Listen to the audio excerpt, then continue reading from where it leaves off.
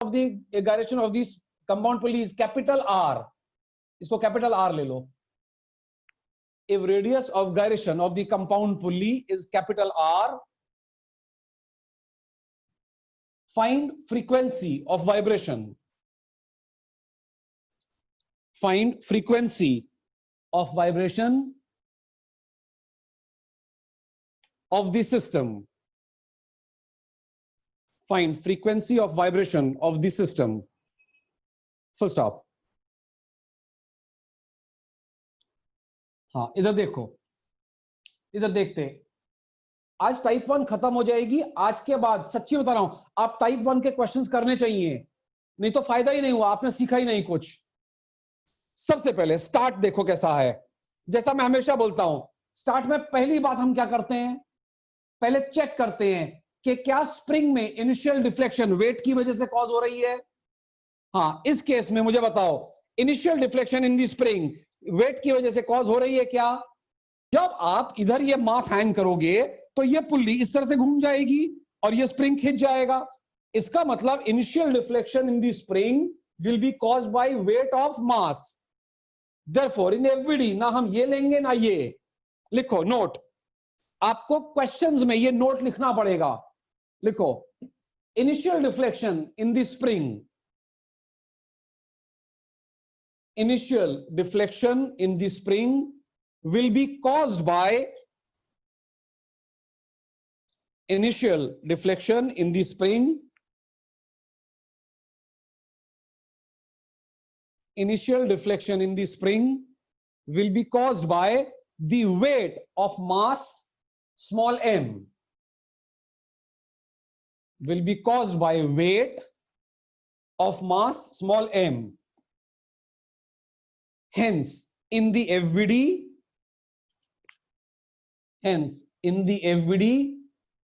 we shall neither consider. Hence, in the FBD, we shall neither consider. ऐसा लिखो, neither consider mg. Hence, in the FBD, we shall neither consider mg nor K delta. Hence, in the FBD, we shall neither consider mg nor K delta. Full stop. हाँ, इधर देखो, ये बहुत important बात है यार, ये बहुत इंपॉर्टेंट, क्योंकि जब आप इसका FBD बनाते हो, आप बुक खोल के देखो, यही बातें बुक से नहीं समझती हैं. बुक में ये पता ही नहीं चलता है कि mg क्यों नहीं ले रहे, या FBD में आई अल्फा ma कहां से आ रहा है. यही लॉजिक हमें शुरू में समझना जरूरी होता है कि इनिशियल डिफ्लेक्शन जो है वो कॉज्ड है बाय वेट. तो हम ना वेट लेते हैं ना इनिशियल डिफ्लेक्शन. हाँ, अब क्वेश्चन का स्टार्ट देखो कैसा होगा. हमने इस मास को खींचा और छोड़ा. हाँ, एकदम स्लो समझाता हूं, ध्यान से समझना. आपको नेक्स्ट क्वेश्चन करके दिखाना है मुझे हर हालत में. मैंने इस मास को खींचा तो ये पुल्ली ऐसे टर्न हो गई, ये स्प्रिंग ऊपर खींच गया और मैंने छोड़ दिया. अब जब मैंने छोड़ा तो यानी इस तरह से ये मास जाने लगा ऊपर और नीचे, और ये स्प्रिंग इस तरह से ऊपर नीचे जाने लगा. अब ये मैं पकड़ लेता हूं, मेरी है मीन पोजीशन. देखो ध्यान से, इसको मैं पकड़ लेता हूं, ये है मेरी मीन पोजीशन. और जब ये मीन पोजीशन से नीचे की तरफ जा रहा है, मैं बार बार एक चीज रिपीट करता हूं, ये याद रखना, मैं ये नहीं कह रहा हूं कि नीचे की तरफ एक्सट्रीम पोजीशन पे पहुंच गया, नहीं. जब ये मीन पोजीशन से ऐसे नीचे की तरफ जा रहा है, यानी ये टर्न किया हुआ है बाय एंगल से theta, angular velocity theta dot, angular acceleration theta double dot, और ये मास नीचे गया हुआ है by x dot, x double dot. तो इस पोजीशंस के लिए मैं ड्रॉ करूंगा इन दोनों का फ्री बॉडी डायग्राम. यानी ये टर्न करके नीचे जा रहा है by theta, theta theta double dot, ये नीचे जा रहा है by x, x dot, x double dot. तो इस पोजीशंस के लिए अब मैं बनाऊंगा इन दोनों का फ्री बॉडी डायग्राम. लेकिन उससे पहले मैं रिलेट करूंगा लीनियर और एंगुलर को। ये चीज ध्यान देना, फर्क है, आप जैसा सोचते हो वैसा नहीं होता है हमेशा। मैं रिलेट करूंगा लीनियर और एंगुलर को। तो अगर मैं रिलेट करता हूं तो ध्यान से देखो, तो मैं लिख सकता हूं x विल बी, हाँ अब बहुत ध्यान से देखने वाली चीज है, बहुत ध्यान से देखना, r2 इंटू थीटा।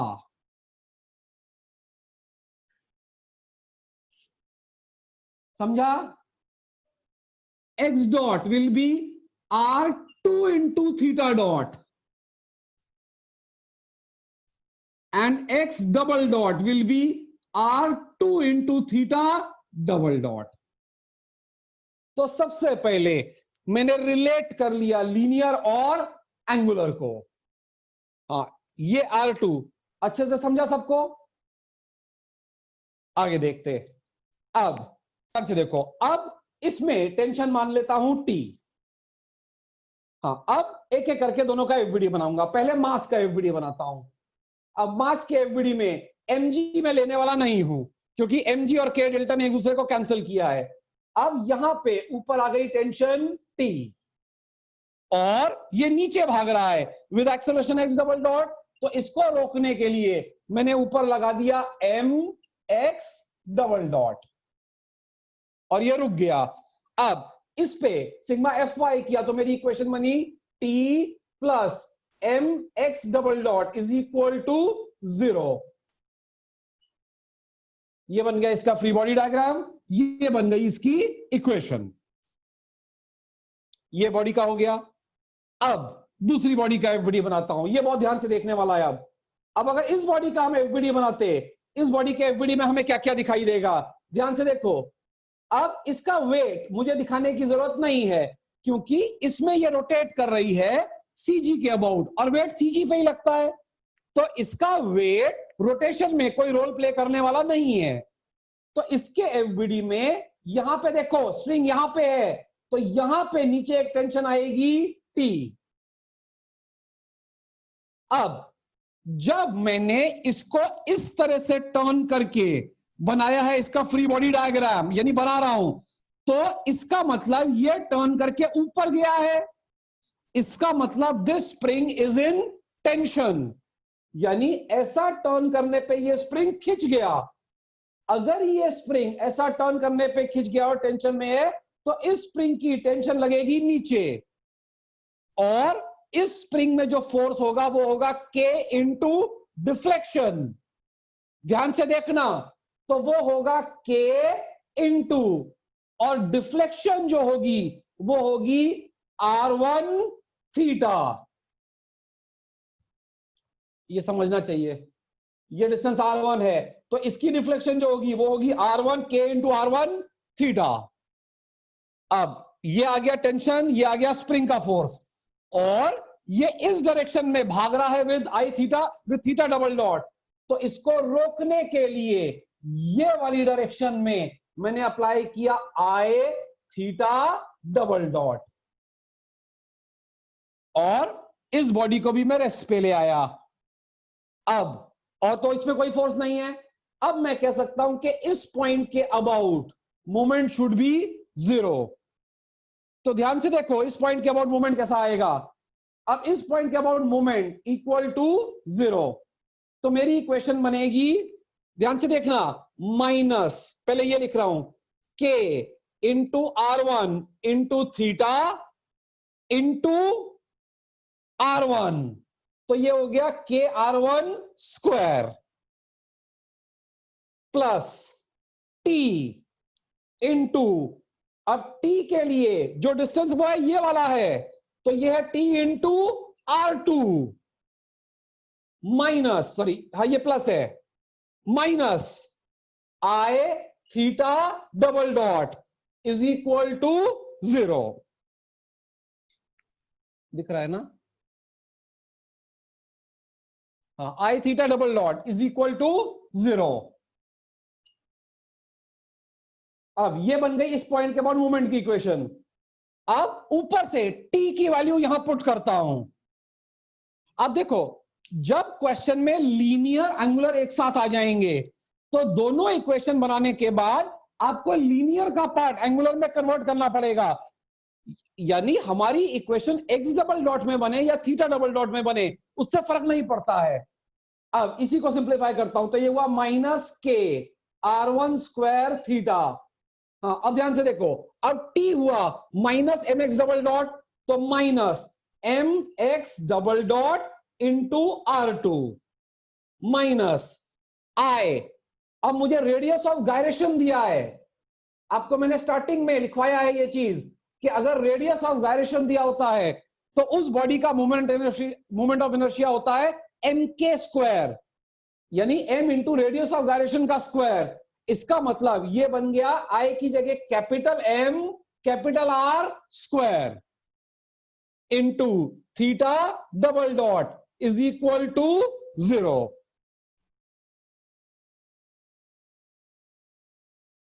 हाँ, into theta double dot is equal to 0। अब इस इक्वेशन में x डबल डॉट की जगह हम पुट कर देते r2 theta double dot, minus minus हटा देते तो हमारे पास आ गया k into r1 square theta plus m।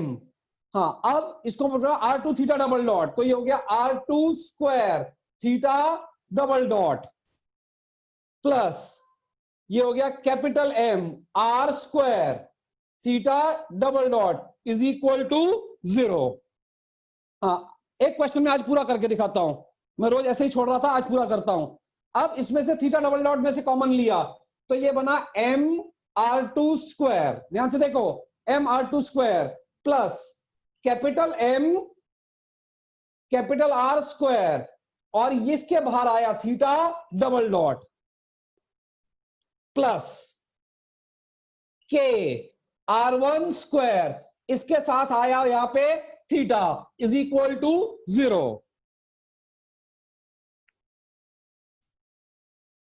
एक मिनट, स्क्रीन दिख रहा है ना पूरा? हाँ, दिख रहा है।